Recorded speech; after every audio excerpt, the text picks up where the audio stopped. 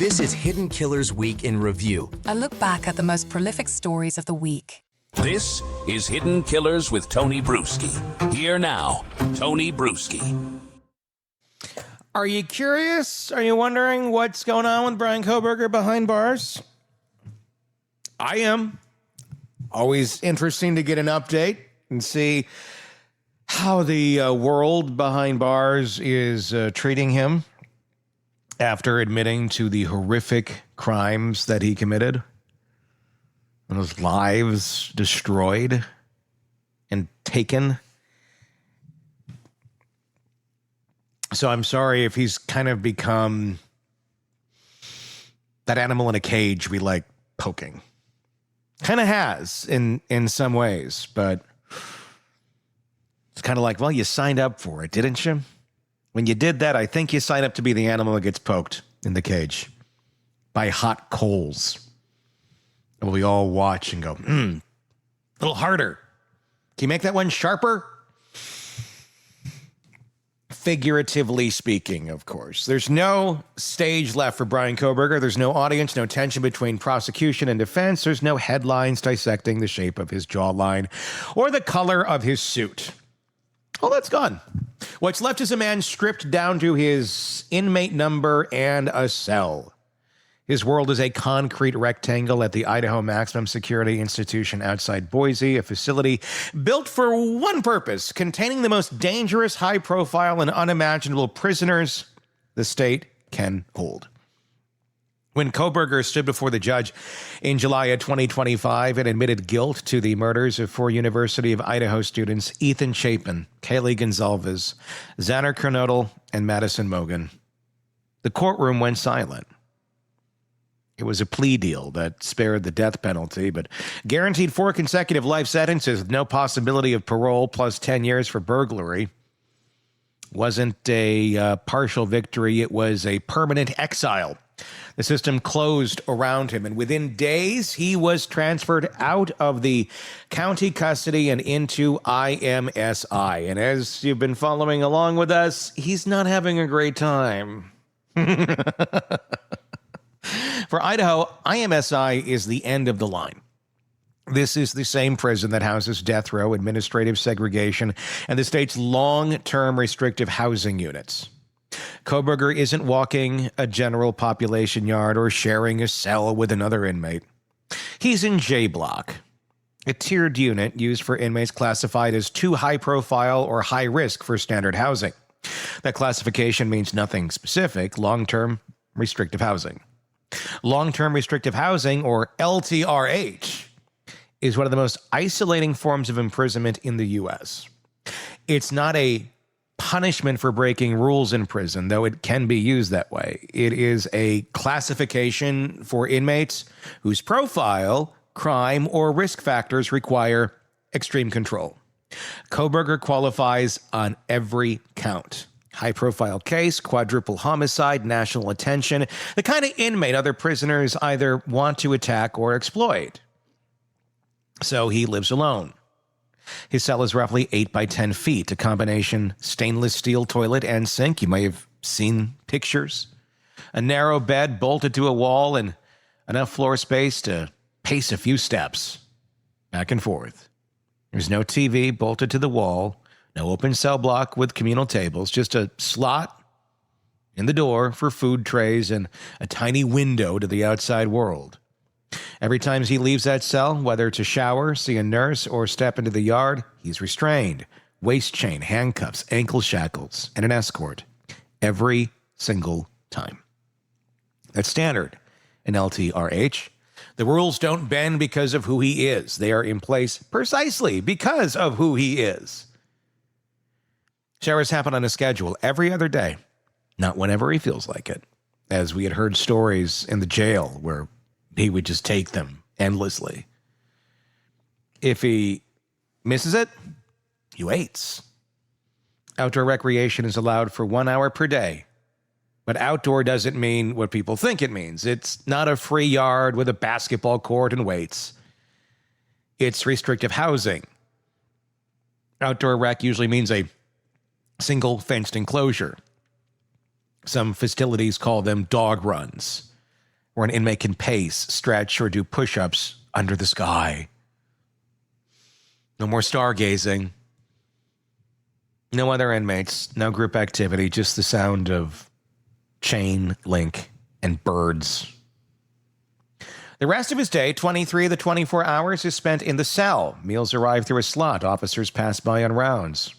If he has a medical or mental health appointment, it's scheduled and supervised. Even his legal calls are handled under strict protocols. Phones and electronic messages are privileges, not rights. Inmates in LTRH get access to monitor calls and electronic communication through vendors like JPay, or in Idaho's case now, ICS Solutions, bridge tablets. But the rollout of that system is uneven, and Kohberger's own paperwork shows how much of his life revolves around something as mundane as accessing a digital kiosk. The Resident Concern Forum's official IDOC documents obtained by TMZ tell the story better than any outsider could. These are some new documents that were just obtained, and now we've had a chance to see. Want to hear about them? On July 27th, 2025, just 2 days after arriving at IMSI, Kohberger wrote to staff complaining that he couldn't access JPay to place a full commissary order. Commissary is one of the only outlets inmates have for small comforts, instant coffee, chips, shampoo, writing supplies. In restrictive housing, it becomes even more important because there's nothing else to break up the monotony. A staff member responded that it takes time to get set up for a transfer, and he would just have to wait his turn. On August 13th, Kohberger filed another form. This time it was a missing supply bag, a small bundle of items he'd requested but never received. Oh. Again, the response was matter of fact. Supply requests are fulfilled on Sundays. 5 days later, on August 18th, he wrote a thank you note to a sergeant for printouts and bubble sheets for commissary, letting staff know his JPay headaches were finally over. Those three forums, complaint, thank you, are more revealing than any headline. The rhythm of life in long-term restrictive housing. Time collapses. Bureaucracy becomes the primary activity. Small inconveniences feel huge because there's nothing else happening. There are no classes, there are no jobs, no group programs. In general population, an inmate might work in the kitchen, attend the chapel, or take GED courses. In LTRH, the programming is minimal. Chaplains might make rounds. Mental health staff might check in. But the default is silence. Books and mail are strictly controlled. Under Idaho DIC policy, books must come directly from approved vendors or publishers. No used books from family members. Property limits cap what he can keep. Because Kohberger is in LTRH, he's allowed more books than someone in short-term segregation, up to 20. But everything else is tightly rationed. Radios, photos, hygiene items, even paper and pens go through security protocols. His communications are monitored. All calls except legal calls are recorded. Electronic messages are scanned. Physical mail is opened and inspected. This isn't special treatment. It is standard. But it means there's no real privacy either.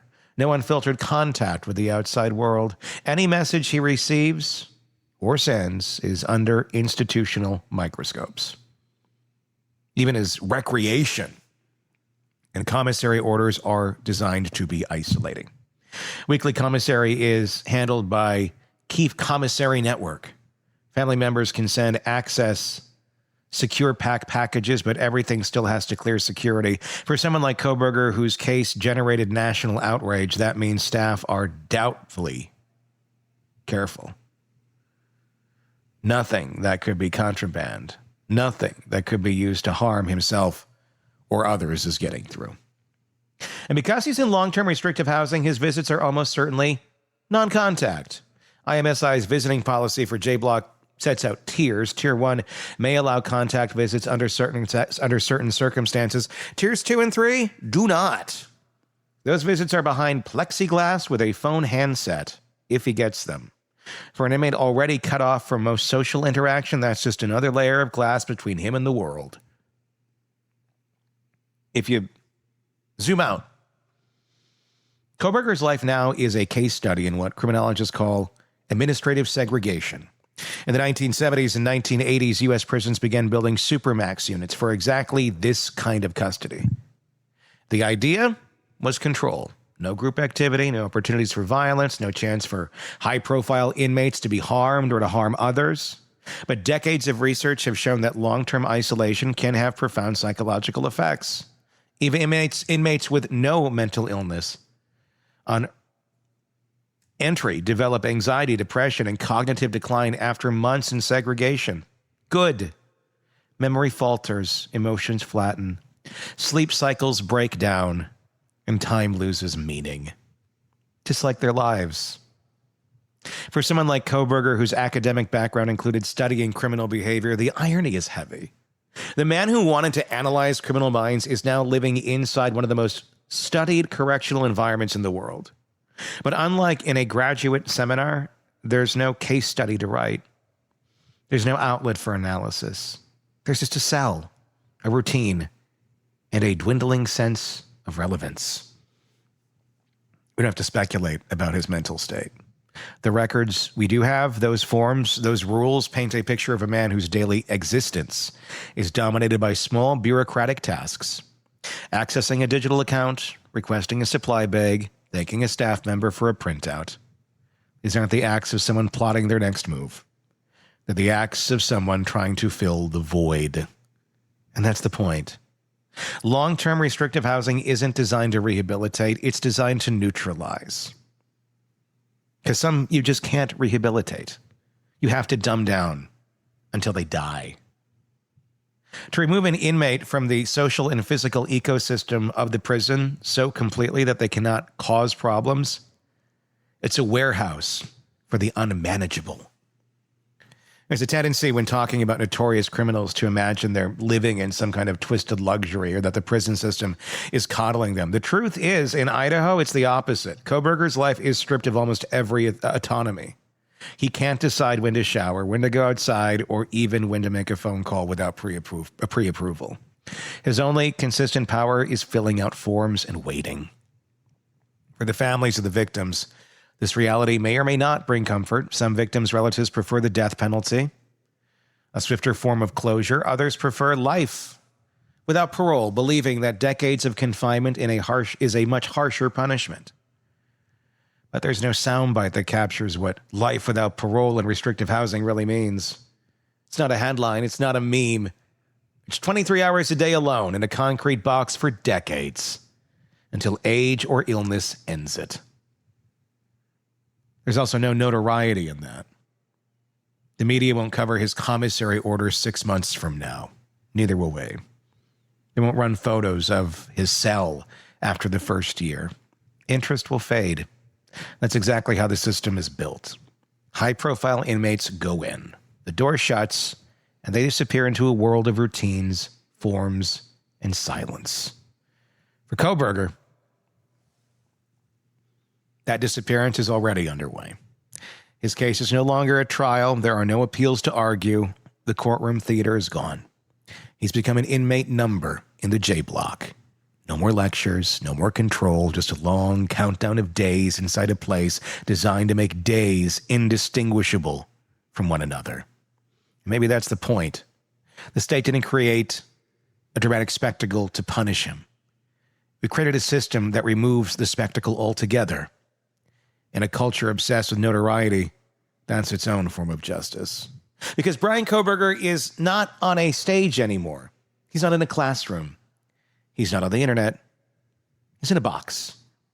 And the only thing waiting for him outside that box is another box. A small fenced yard where he can pace under the Idaho sky for 1 hour a day alone before the door closes again.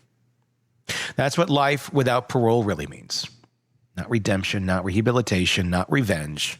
Just the slow erosion of a life until it's unrecognizable, managed by forms, schedules, and restraints.